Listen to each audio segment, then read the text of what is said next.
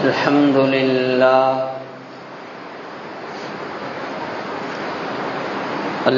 لله الذي هدانا لهذا وما كنا لنهتدي لولا أن هدانا الله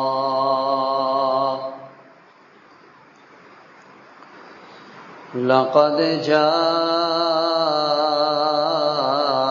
رسل ربنا بالحق ونشهد أن لا إله إلا الله وحده لا شريك له ونشهد أن سيدنا ومولانا محمدًا عبده ورسوله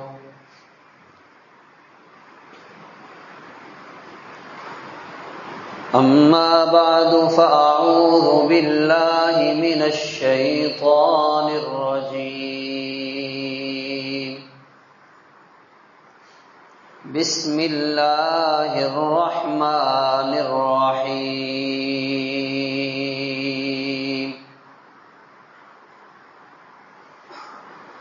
إنا أنزلناه في ليلة القدر وما أدراك ما ليلة القدر ليلة القدر خير من 1000 شهر تنزل الملائكة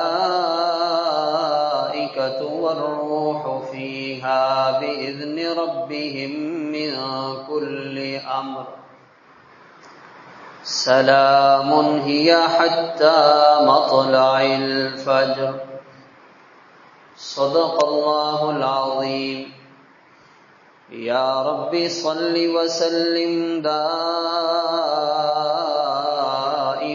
أبدا على حبيبك خير الخلق كلهم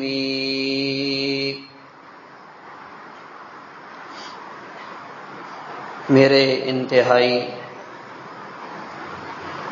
واجب الاحترام قابل صد احترام دوستو، بزرگوں، عزیزوں، رمضان کا بابرکت مہینہ تیزی سے اختتام کی طرف بڑھ رہا ہے۔ آج شام سے آخری عشرے کا آغاز بھی ہو جائے گا اور چند دن کے بعد یہ رمضان ہمیں رخصت کرتے ہوئے ہم سے جدا ہو جائے گا۔ خوش نصیب لوگوں نے رمضان کے 2 عشرے کی قیمتی گھڑیوں کو قیمتی بنایا۔ خوش نصیب لوگوں نے رمضان کے 2 عشرے کی برکات کو سمیٹا۔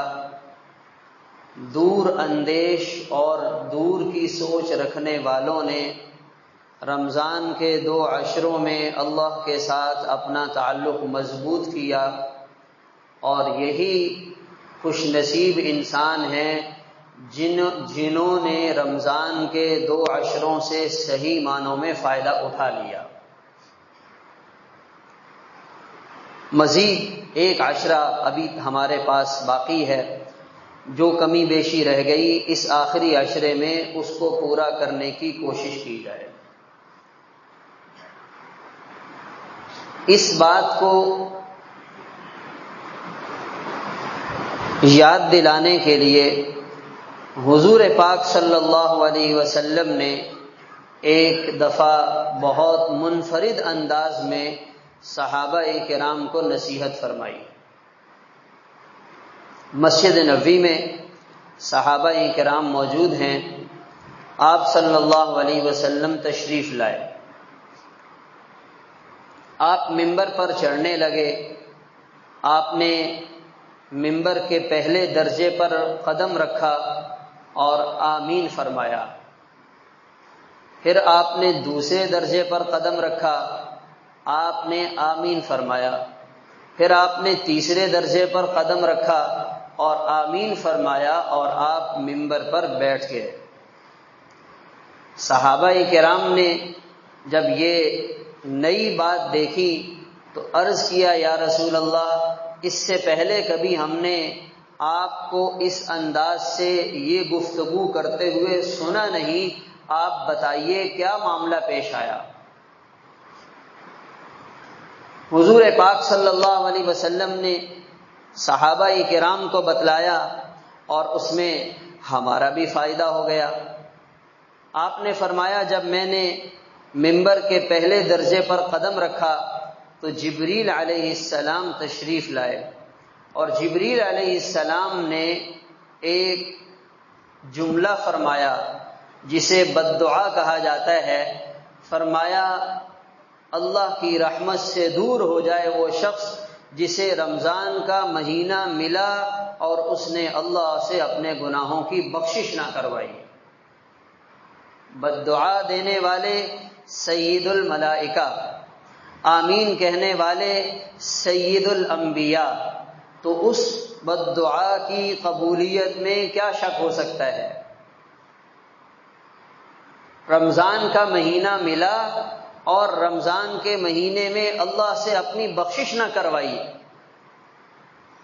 ایسے ماحول میں لگا رہا، ایسی محنت میں لگا رہا جس سے اسے مادی فائدہ ملا، جس کے ذریعے وہ پیسہ کماتا رہا، جس کے ذریعے وہ دنیا بناتا رہا، تو رمضان کے مہینے میں بھی اسے مغفرت کی طرف متوجہ ہونے کی توفیق نہ ہوئی اور اس نے اللہ سے اپنے گناہوں کی بخشش نہ کروائی، تو یہ انسان کس قدر محروم ہوگا، اللہ کی رحمت سے کتنا دور چلا جائے گا۔ دوسری بات، جبریل علیہ السلام نے فرمایا، اللہ کی رحمت سے دور ہو وہ شخص جس کے سامنے حضور پاک صلی اللہ علیہ وسلم کا نام لیا جائے اور وہ درود پاک نہ پڑھے۔ ہم جب بھی آپ کا نام مبارک سنیں تو ہماری زبان پر صلی اللہ علیہ وسلم آنا چاہیے۔ اس میں ہمارا کتنا وقت خرچ ہوگا، ہمیں اس کے لیے کتنی مشقت اٹھانی پڑے گی۔ چونکہ ماحول نہیں ہے اس لیے کہنے والا کہہ لیتا ہے، سننے والے سن لیتے ہیں، اور ہماری زبان پر درود پاک جاری نہیں ہو پاتا۔ صلی اللہ علیہ وسلم زبان سے کہنے کی عادت ڈالیں اور اطمینان سے کہیں۔ کچھ لوگوں کو جلدی ہوتی ہے تو وہ صلی اللہ علیہ وسلم اس قدر تیزی سے ادا کرتے ہیں کہ وہ پوری طرح الفاظ ہی ادا نہیں ہو پاتے۔ سننے میں لگتا ہے کہ بس 2 لفظ کہے ہیں، مگر وہ درود پاک سننے میں مکمل نہیں آتا۔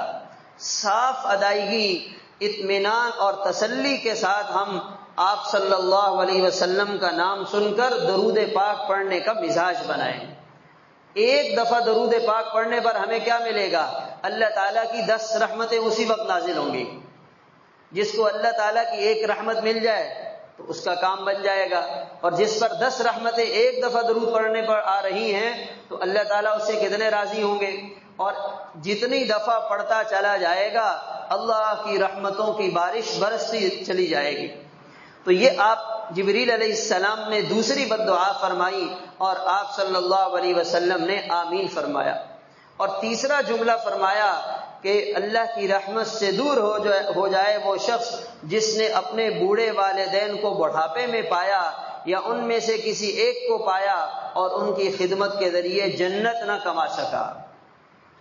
آپ صلی اللہ علیہ وسلم نے آمین فرمایا۔ ماں باپ کا اتنا بڑا درجہ اور مقام ہے، ان کی خدمت پر اللہ تعالیٰ کتنے راضی ہوتے ہیں، ان کو ناراض کرنے پر اللہ تعالیٰ کتنے ناراض ہوتے ہیں، ہمیں اس حدیث پاک سے اندازہ لگا لینا چاہیے۔ تو یہ 3 بددعائیں ہیں، ایک کا تعلق رمضان کے ساتھ ہے، تو رمضان کے مہینے کے 2 عشرے چلے گئے، ایک عشرہ ہمارے پاس باقی ہے۔ میرے محترم دوستو عزیزو، اس آخری عشرے کو اس انداز سے گزارنا ہے کہ اللہ رب العزت کی رحمت ہماری طرف متوجہ ہو جائے، ہمیں اللہ کی رحمت کا ایک بڑا حصہ مل جائے، اللہ تعالیٰ کی طرف سے ہم بخشش اور مغفرت کی بشارت لینے والے بن جائیں۔ علماء فرماتے ہیں، قرآن پاک کی 4 آیات کو سامنے رکھتے ہوئے اللہ تعالیٰ جس آدمی کو استغفار کی توفیق عطا فرما دیں، من رزق الاستغفار لم یحرم المغفرہ، اللہ تعالیٰ اسے مغفرت سے محروم نہیں فرمائیں گے۔ استغفار کا اہتمام ہو، اور استغفار کا کیا مطلب ہے؟ دل کی ندامت اور شرمندگی کے ساتھ بندہ اپنے ماضی کے گناہوں پر اللہ تعالیٰ سے معافی مانگے، یہ ہے استغفار۔ اور جس گناہ میں وہ مبتلا ہے اس وقت یہ عزم کرے میں نے اپنی جان اس گناہ سے چھڑانی ہے۔ کبیرہ گناہ ہے یا صغیرہ گناہ ہے، علانیہ گناہ ہے یا چھپ کر کوئی گناہ کر رہا ہے، توبہ کرتے وقت یہ جذبہ ہے کہ یا اللہ مجھ سے یہ گناہ ہو رہا ہے، اب میں آپ سے معافی مانگتا ہوں، آئندہ میں اس گناہ کے قریب نہیں جاؤں گا۔ یہ کیسی استغفار ہے؟ ہاتھ میں تسبیح لے کر بیٹھے ہوئے ہیں اور دوسرے ہاتھ میں موبائل پکڑ رکھا ہے، یا کمرے میں ٹی وی چل رہا ہے اور وہاں آ کر خواتین اسلام کی تبلیغ کر رہی ہیں، اور بڑے میاں ان سے اسلام کی تبلیغ سیکھ رہے ہیں اور ساتھ استغفار بھی کر رہے ہیں۔ یہ تو استغفار نہیں ہے۔ ایک ہاتھ سے اللہ سے معافی مانگ رہے ہیں اور نگاہوں کے ذریعے اللہ تعالیٰ کو ناراض کر رہے ہیں، تو اس استغفار پر بھی استغفار کرنے کی ضرورت ہے۔ یہ ہاتھ روزانہ کتنے گناہ کرتے ہیں، یہ نگاہیں روزانہ کتنا غلط استعمال ہوتی ہیں، ہر انسان اپنا جائزہ لے۔ آج ہمارے ساتھ معاملہ یہ ہوا کہ گناہوں کی ایسے عادت پڑ گئی کہ جو گناہ روزانہ ہو رہے ہیں انسان ان کو گناہ ہی نہیں سمجھ رہا۔ جو کمزوری اور جو نافرمانی زندگی کا حصہ بن گئی، انسان سمجھتا ہے ہم نے تو کچھ غلط کیا ہی نہیں ہے۔ تو اگر یہ ذہن بنا ہوا ہے اور استغفار بھی کر رہے ہیں تو پھر یہ استغفار نہیں ہے، پھر انسان کو اپنے استغفار پر نظر ثانی کرنی چاہیے۔ اللہ تعالیٰ سے معافی مانگ رہے ہیں، اللہ تعالیٰ سے اپنے گناہوں کے استغفار کے لیے طلبگار ہیں کہ یا اللہ آپ میرے گناہوں کو معاف فرما دیں۔ اور پتہ نہیں کتنے لوگوں کا مال دینا ہے جو رمضان کے مہینے میں بھی دینے کا ذہن نہیں بنا۔ ہو سکتا ہے علماء کے پاس بیٹھ کر یہ بات بھی سنی ہو کہ ہمیں جس کا جو حق بنتا ہے وہ دینا چاہیے، مگر ابھی اس کا ذہن نہیں بنا، اس لیے کہ ابھی تو ہمیں اس کی خود ضرورت ہے، اب تو ہم خود کاروبار کر رہے ہیں، ابھی تو ہمارے اپنے بہت سارے خرچے باقی ہیں۔ جب ہم ان تمام کاموں سے فارغ ہو جائیں گے اس کے بعد ہم دیکھیں گے ہم نے کس کا کتنا دینا ہے، اور استغفار کے ذریعے اللہ تعالیٰ سے معافی مانگ رہے ہیں۔ تو یہ استغفار نہیں ہے، اس پر نظر ثانی کرنے کی ضرورت ہے کہ انسان دین کی بات سن رہا ہے مگر ابھی تک اس کا ذہن نہیں بدل رہا، اس کی سوچ نہیں بدل رہی، اس کا مزاج نہیں بدل رہا، بس سننے کی حد تک ہے، بات بھی بہت اچھی ہے، سننے میں بھی بہت مزہ آیا، بہت اچھا سمجھایا گیا، مگر میرے عمل میں کیا تبدیلی آئی ابھی میں اس پہ بعد میں غور کروں گا۔ تو دین کی بات کا تو معاملہ یہ ہے، انسان نے بات سنی، اللہ تعالیٰ نے دل میں نیکی کا خیال ڈالا، فوراً فیصلہ کر دیا، اس بات سے فائدہ ہو جائے گا، اور اگر بات کل پہ ڈال دی تو کل کس نے دیکھی ہے، بات کو آگے آنے والے زمانے تک ٹال دیا، اس وقت تک یہ طبیعت پر اثر ہی نہیں رہے گا، پھر انسان وہی جیسے چل رہا ہے ویسے اس کی زندگی گزرتی رہے گی۔ تو اس لیے میرے محترم دوستو عزیزو، اللہ تعالیٰ سے اپنے گناہوں کی معافی مانگنا، مغفرت کی اللہ تعالیٰ سے درخواست کرنا، جسے اللہ تعالیٰ نے استغفار کی توفیق دے دی، اللہ تعالیٰ اس کے گناہوں کو معاف بھی فرمائیں گے، اور علماء فرماتے ہیں جس کو اللہ تعالیٰ نے دعا مانگنے کی توفیق دے دی اللہ تعالیٰ اسے قبولیت سے بھی نوازیں گے. جس کو اللہ تعالیٰ نے شکر کرنے کی توفیق دے دی اللہ تعالیٰ اس کی نعمتوں کو مزید بڑھاتے چلے جائیں گے. اور جس کو اللہ تعالیٰ نے توبہ کرنے کی توفیق دے دی اللہ تعالیٰ یقیناً اس بندے کی توبہ کو قبول فرمائیں گے. وَهُوَ الَّذِي يَقْبَلُ التَّوْبَةَ عَنْ عِبَادِهِ اللہ تعالیٰ نے اعلان فرمایا ہے لَإِن شَكَرْتُمْ لَأَزِيدَنَّكُمْ تم شکر کرو گے میں نعمتوں کو بڑھاؤں گا. اللہ تعالیٰ نے وعدہ فرمایا ہے. وَقَالَ رَبُّكُمُ ادْعُونِي أَسْتَجِبْ لَكُمْ اللہ تعالیٰ نے فرمایا تم مجھ سے دعا مانگو میں تمہاری دعاؤں کو قبول کروں گا. اللہ تعالیٰ نے وعدہ فرمایا ہے تو اللہ تعالیٰ اپنے پاک کلام میں وعدہ فرمائیں بندہ اللہ تعالیٰ سے مانگے اور اسے نہ ملے یہ کیسے ہو سکتا ہے. اس لیے رمضان کے آخری عشرے میں ہم اپنے اندر یہ اچھی عادات پیدا کریں اللہ سے مانگنے کی عادت بنائیں اللہ کی نعمتوں کا شکر کرنے کی عادت بنائیں. ساری زندگی رونے والے رو کر 60 سال گزار دیتے ہیں کچھ بھی حاصل نہیں ہوتا اور نقصان کر جاتے ہیں. نقصان کیسا ہوتا ہے 60 سالوں میں اللہ کا شکر ادا کرتے تو اجر و ثواب کے پہاڑ کھڑے ہو جاتے. شکر نہیں کیا ہمارے ساتھ تو یہ چل رہا ہے ہمارے ساتھ ہم یہ پریشانی ہے ہمارے حالات بڑے خراب ہیں ہمارا کاروبار بہت خراب جا رہا ہے ہماری کوئی نوکری نہیں ہے ہمیں کچھ مل نہیں رہا ہمارے ساتھ یہ مسئلہ ہے ہمارے ساتھ یہ پریشانی ہے. تو سوچنے کی بات یہ ہے ان جملوں کے کہنے سے پریشانی دور ہو جائے گی. اس شکوے والی زبان سے روزگار کا مسئلہ حل ہو جائے گا. کاروبار کا رونا رونے سے کاروبار میں ترقی ہو جائے گی نہیں ہوگا. تو کیوں شکر کے ثواب سے خود کو محروم کریں. کچھ بھی نہیں ہے پھر بھی اللہ کا شکر ادا کریں. سیدنا عمر رضی اللہ تعالیٰ عنہ ایک دفعہ اپنے ساتھیوں کے ساتھ جا رہے ہیں راستے میں ایک بیمار شخص نظر آیا نابینا بھی ہے گونگا بھی ہے بہرا بھی ہے اور برس کی بیماری میں مبتلا بھی ہے. یوں سمجھ لیں کہ جو بیماری جس کا نام لیں وہ آپ کو نظر آئے گی.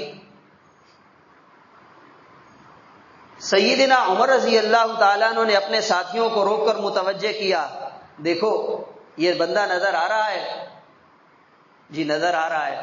اللہ تعالیٰ اس سے بھی قیامت کے دن نعمتوں کا حساب لیں گے.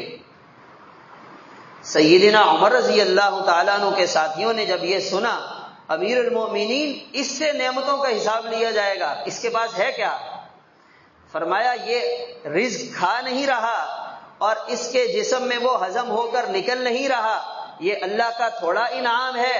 اللہ تعالیٰ نے رزق کھانے کا نظام بنا دیا ہضم کرنے کا نظام بنا دیا اور انسان اللہ کا رزق لے رہا ہے. اس پر اللہ تعالیٰ اس سے ان نعمتوں کے بارے میں سوال کریں گے.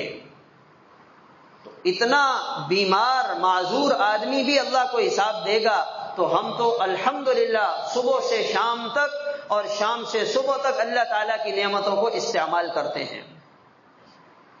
اس لیے شکر کرنے کی عادت ڈالیں تھوڑا ہو یا زیادہ ملے یا نہ ملے اللہ سے راضی رہیں. یا اللہ ہم آپ سے راضی ہیں. اللہم قنعنی بما رزقتنی یا اللہ آپ نے مجھے جتنا دیا ہے آپ مجھے اس پہ قناعت نصیب فرما دیں. تنخواہ زیادہ ہے یا کم ہے تھوڑی ہے یا بہت ہے یا اللہ میں اس پہ راضی ہوں. ہاں اپنی بہتری کے لیے کوشش کرتے رہیں اس سے کوئی منع نہیں کرتا مگر ناشکری نہ کریں. میرے پاس تو نوکری ہی کیا ہے دیکھو یہ اتنا کمزور کام ملا ہوا ہے اتنا خراب کام ملا ہوا ہے. ان لوگوں کو دیکھ لیں جن کے پاس یہ بھی نہیں ہے. یہ کوئی رہائش ہے یہ کوئی رہنے کی جگہ ہے. ان لوگوں کے پاس دیکھ لیں جن کے پاس یہ بھی نہیں ہے. شکر ادا کرنے کی عادت ڈالیں. میرے محترم دوستو عزیزو رمضان کا مہینہ تیزی سے گزر رہا ہے. آخری عشرہ آج شروع ہو جائے گا.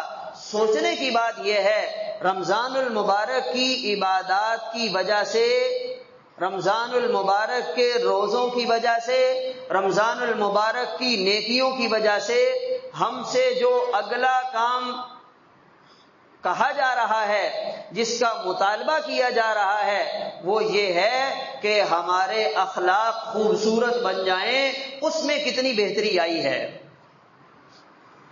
عبادات نماز، تراویح، قرآن پاک کی تلاوت، اللہ سے دعائیں مانگنا، یہ تو چارجنگ کے لیے ہے۔ اس سے انسان کا ایمان بنتا ہے۔ جب ایمان بن جاتا ہے پھر انسان کی عملی زندگی، اس کے اخلاق، اس کا رویہ، اس کی گفتگو، اس کے معاملات ایک دم سدھرنا شروع ہو جاتے ہیں۔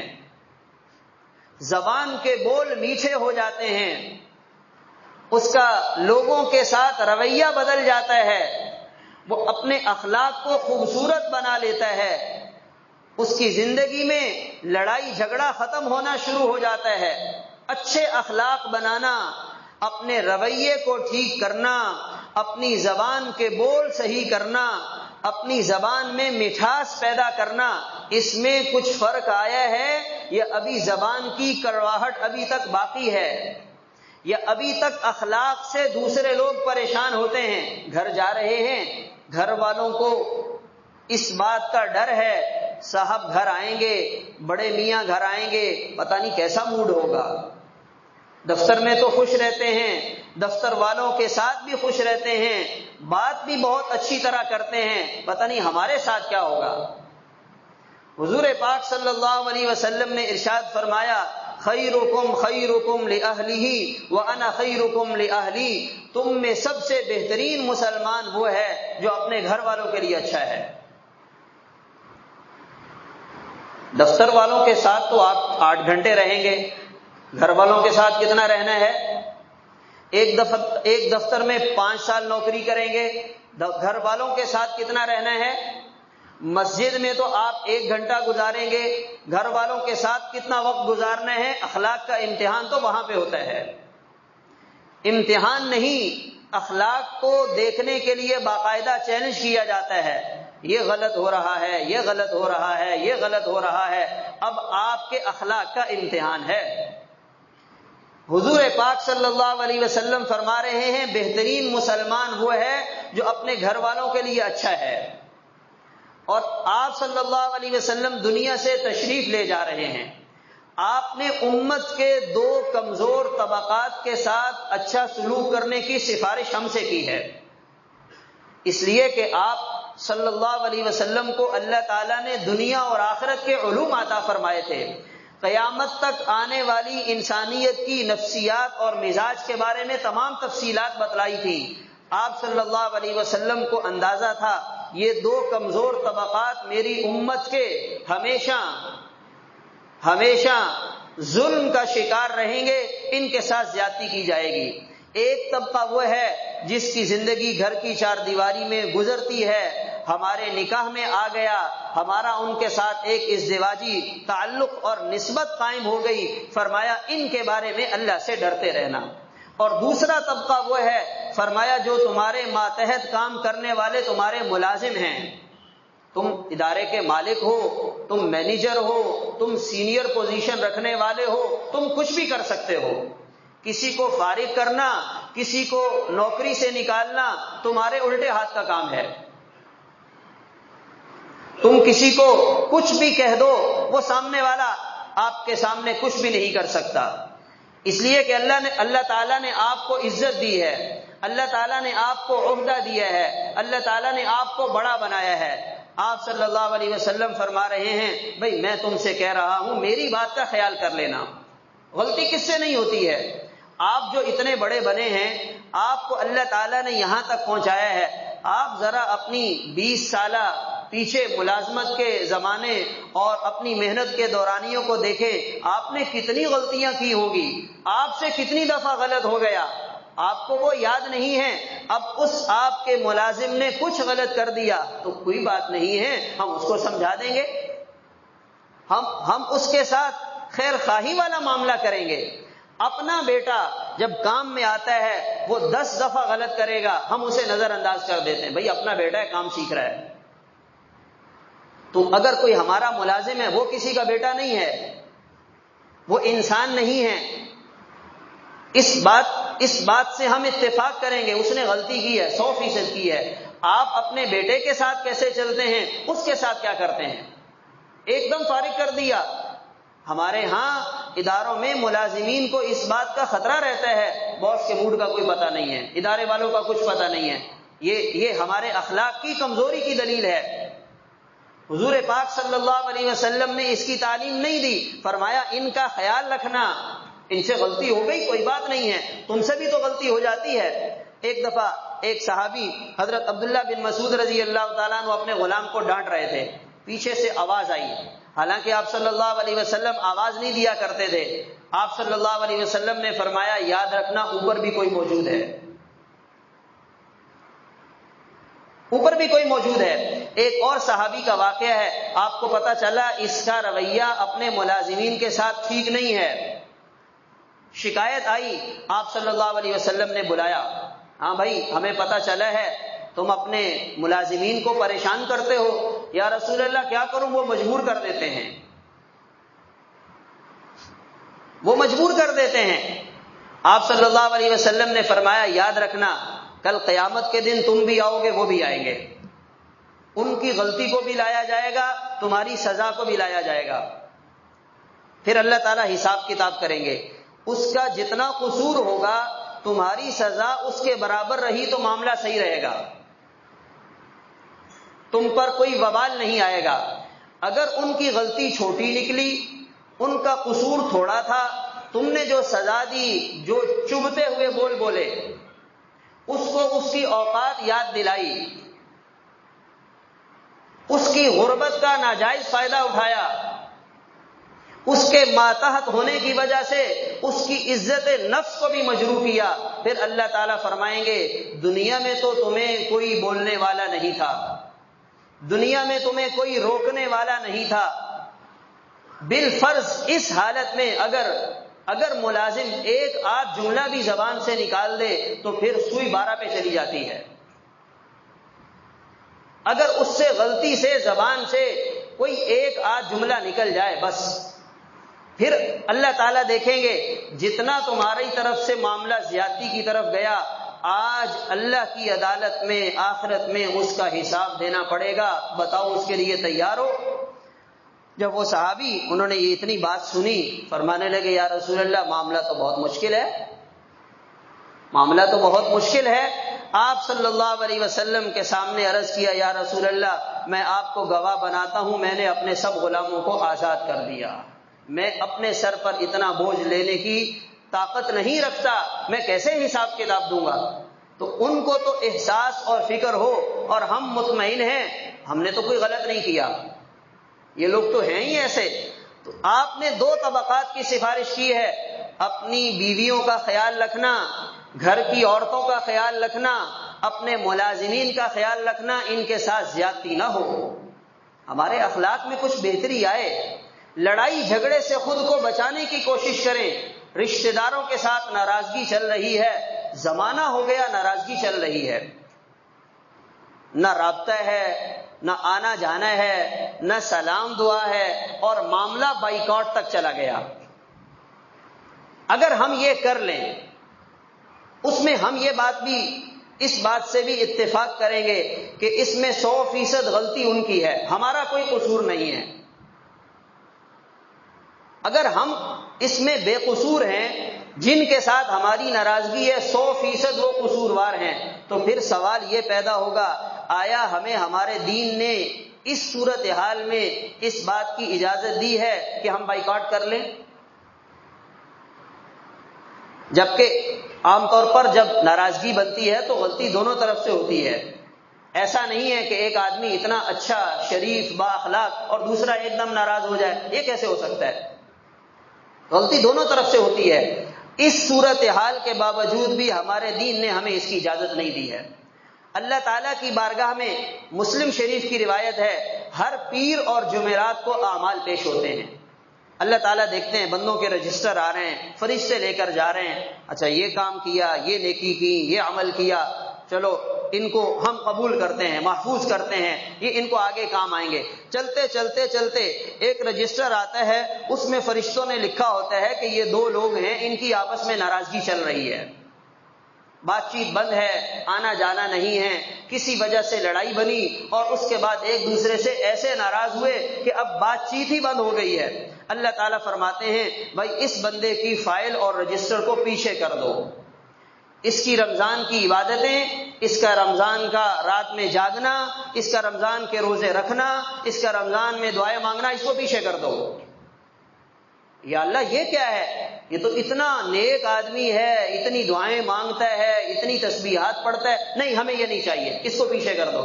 جب تک یہ ناراضگی ختم نہیں کرے گا ہم اس کی عبادات قبول نہیں کریں گے۔ اب بتائیے، باہر ملک جانا ہو، ہمارے کاغذات پر کوئی ایک اعتراض لگ جائے، اس میں ایک خرابی نکل آئے، وہ کاغذات واپس کر دیں، اسی وقت جا کر اس خرابی کو دور کریں گے۔ بھائی بچے کا مسئلہ ہے، ویزا نہیں لگ رہا، تو ویزے کی تو انسان کو اتنی فکر ہو، اپنی نیکیوں کی قبولیت کی کوئی فکر نہیں ہے۔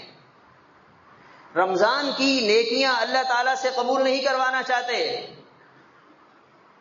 معاف کرنا، صلح صفائی سے رہنا، لڑائی جھگڑے سے دور رہنا، یہ اللہ تعالیٰ کو پسند ہے۔ اگر ہم ایک دوسرے سے دور ہوتے چلے جائیں گے تو پھر ہم دنیا میں اکیلے رہ جائیں گے، اس لیے کہ ہر انسان کہیں نہ کہیں سے کوئی نہ کوئی خرابی کر رہا ہے۔ پھر آپ اکیلے ہیں اور آپ اکیلے اس پوری کائنات میں رہیں، باقی ساری دنیا خراب نکلے گی۔ اور اگر گزارا کرنا ہے تو دنیا رہ رہی ہے، کمی بیشی کے ساتھ چلتے رہیں، اچھا گمان رکھیں۔ ہم کیوں دوسروں کے بارے میں بدگمان ہوتے ہیں؟ منفی جذبات کیوں رکھتے ہیں؟ ہم یاد رکھیں، جو اللہ تعالیٰ کی مخلوق کے بارے میں اچھا گمان رکھتا ہے، اللہ تعالیٰ کل قیامت کے دن اسے بلائیں گے، اے میرے بندے تو میرے بندوں کے بارے میں اچھا گمان رکھتا تھا، یا اللہ میں آپ کے بندوں کے بارے میں اچھا گمان رکھتا تھا، چلو بھائی اسے نیکیاں دینا شروع کرو۔ فرشتے اسے نیکیاں دے رہے ہیں، اور وہ بندہ حیران ہو رہا ہے کہ میں نے یہ نیکیاں کی نہیں ہیں، صرف گمان اچھا رکھا ہے، اللہ تعالیٰ اس کو جنت میں بھیج دیں گے۔ اور جو بدگمان رہتا ہے، اچھا یہ بندہ اس میں یہ خرابی ہے، یہ یوں کر دے گا، یہ ایسا کر دے گا، اس نے کچھ کیا ہوگا، اچھا میں تو پہلے سے ہی کہہ رہا تھا، اللہ تعالیٰ فرمائیں گے ہاں بھائی تم بدگمان تھے، ہماری مخلوق کے بارے میں بدگمانی کیا کرتے تھے، بدگمانی پھیلایا کرتے تھے، آ جاؤ تمہارے پاس اس بات پر کیا ثبوت ہے؟ اللہ تعالیٰ اس سے ثبوت مانگیں گے، اور بندے کے پاس تو ثبوت ہوگا نہیں، پھر انسان کو پریشانی کا سامنا کرنا پڑے گا۔ حسن الظن من حسن العبادہ، اچھا گمان رکھنا بہترین عبادت ہے۔ اپنے گھر والوں کے بارے میں، اپنی اولاد کے بارے میں، اپنے ملازمین کے بارے میں، اپنے رشتہ داروں کے بارے میں اگر کوئی زیادہ پریشان کرنے کی کوشش کرتا ہے، آپ ضرورت کے بقدر ملنا ملانا کریں، کسی سے کوئی توقع نہ رکھیں۔ اللہ تعالیٰ نے آپ کو دیا ہے، آپ دوسروں کو دینے والے بنیں، دینے والا لینے والے سے بہتر ہے۔ اللہ نے زیادہ دیا ہے تو دے دیں، اللہ تعالیٰ نے نہیں دیا ناراضگی نہ بنائیں، ان سے کہہ دیں ہماری گنجائش نہیں ہے، اور کسی سے توقع تو رکھنی ہی نہیں ہے۔ ہماری شادی پر ہمارا یہ بھائی ہمارا خرچہ اٹھائے گا، ہماری غمی میں بیماری میں ہمارا یہ رشتہ دار ہماری مدد کرے گا، کوئی کسی کی مدد نہیں کرتا۔ آپ یہ ذہن اللہ تعالیٰ کے بارے میں بنائیں، بھائی اللہ تعالیٰ ہماری بیماری میں ہمارے لیے راستہ بنائیں گے، اللہ تعالیٰ خوش بھی ہوں گے اور راستہ بھی بنے گا۔ رشتہ داروں سے امید رکھیں گے، انہوں نے تو کرنا نہیں ہے، اب کیا ہوگا؟ اپنا بنایا ہوا ذہن ٹوٹے گا، اب بدگمانی آنا شروع ہو جائے گی، بھائی انہوں نے تو ہمیں کچھ بھی نہیں دیا، ہم نے تو ان کے لیے یہ بھی کیا، ہم نے یہ بھی کیا، ہم نے یہ بھی کیا، تو اگر ہم نے یہ اس لیے کیا تھا کہ یہ بدلے میں ہمارے ساتھ کریں گے تو پھر ہمیں کرنے کی ضرورت ہی نہیں ہے۔ اگر کرنا ہے تو اللہ کے لیے کرنا ہے، تھوڑا کریں یا زیادہ کریں، کسی سے تذکرہ نہ ہو اور کسی سے توقع نہ ہو، اپنے رشتہ داروں کے معاملات صاف ہوں، اپنے گھر والوں کے ساتھ تعلقات بہتر ہوں، اپنے محلے والوں کے ساتھ اچھے اخلاق سے پیش آئیں، اپنے دل کو بغض اور کینے سے پاک کریں۔ اللہ تعالیٰ ان سب نیکیوں کو روک دیں گے اگر دل میں بغض اور کینہ ہوگا۔ 7 نماز پڑھ رہے ہیں مگر یہ بندہ مجھے سمجھ میں نہیں آ رہا، یہ میرے محلے میں رہتا ہے 5 وقت کا نمازی ہے مگر مجھے سمجھ میں نہیں آتا، بھائی مجھے سمجھ میں آئے یا نہ آئے میں کون ہوتا ہوں اس کو سمجھنے والا؟ مجھے کس نے اس بات کا اختیار دیا ہے کہ میں اس کے بارے میں یہ فیصلہ کر کے ذہن بنا کے بیٹھ جاؤں؟ اگر وہ غلط ہے، برا ہے، اللہ تعالیٰ جانے، وہ جانے، اس کا معاملہ اس کے رب کے ساتھ ہے۔ شب قدر میں جب اللہ تعالیٰ بخشش کے فیصلے فرماتے ہیں، اس میں وہ لوگ اللہ کی بخشش سے محروم رہتے ہیں جن کے دلوں میں اللہ کی مخلوق کا کینہ ہے، بغض بھرا ہوا ہے، کینہ رکھا ہوا ہے۔ ہم نے بدگمان نہیں ہونا، ہم نے اپنا سینہ صاف کرنا ہے، اپنا دل صاف کرنا ہے۔ یہ رمضان کے مہینے کی یہی تو سوغات ہے۔ اگر رمضان کے گزرنے کے بعد بھی ہم وہیں کھڑے ہوئے ہیں جہاں رمضان سے پہلے تھے تو ہمیں روزے سے کیا ملا؟ بھوک پیاس برداشت کر لی، ایمان بنا، تقوی آیا، نیکی کا جذبہ بنا، اپنے اخلاق کو بہتر بنایا، جس کا لینا دینا تھا وہ کر لیا، اپنے رشتہ داروں سے معافی مانگ لی، الحمدللہ ایسا آدمی تو دنیا میں چلتا پھرتا جنتی ہے، ایسا صاف دل ہے، اللہ تعالیٰ نے اس کے دل کو شیشے کی طرح صاف کر دیا۔ اب یہ دل صاف ہوا، اب اس میں انوارات آ رہے ہیں، اب اللہ کی طرف سے تجلیات آ رہی ہیں، اب قرآن کی تلاوت کا نور اس کے سینے میں جذب ہو رہا ہے، اب پتہ چل رہا ہے کہ زندگی کس کو کہتے ہیں۔ تو ہم نے تو اپنے دل کو خود گندا کر رکھا ہے، صاف ہم کر نہیں پا رہے، کوشش کرنی ہے، ہمت کرنی ہے، اپنے اندر کو صاف کرنے ہیں، اپنے اندر نیکی اور تقوی کا نور پیدا کرنے ہیں، تاکہ ہم سے کل جب اللہ کے سامنے ہمیں پیش کیا جائے گا تو وہاں کوئی کسی قسم کی ہمیں پریشانی نہ ہو، ہمیں وہاں کسی قسم کی کوئی دشواری نہ ہو۔ اللہ تعالی ہمیں دیکھیں اور فرمائیں کہ دیکھو یہ میرا بندہ کتنا اچھا انسان ہے، یہ کتنا اچھا فرما بردار نیکی کے ساتھ زندگی گزار کر آیا ہے، لو بھائی ہم نے اس کی جنت کا فیصلہ کر دیا۔ تو اس لیے آخری عشرہ ہے، اس میں ہم تھوڑی سی ہمت کر کے اپنے معاملات کو بہتر کریں، جو کمی بیشی ہے اس کو اپنے دل سے نکال دیں، اگر دل صاف نہیں ہو رہا اللہ تعالیٰ سے مانگیں، اللہ کے سامنے درخواست رکھیں کہ یا اللہ ہم تو چاہ رہے ہیں مگر کیا کریں، پھر کوئی دل میں برا خیال آ جاتا ہے، کوشش کریں گے تو انشاءاللہ اللہ تعالیٰ ضرور اس میں ہمیں کامیاب فرمائیں گے۔ اللہ تعالیٰ کہنے سننے کے ساتھ ساتھ عمل کرنے کی توفیق عطا فرمائیں۔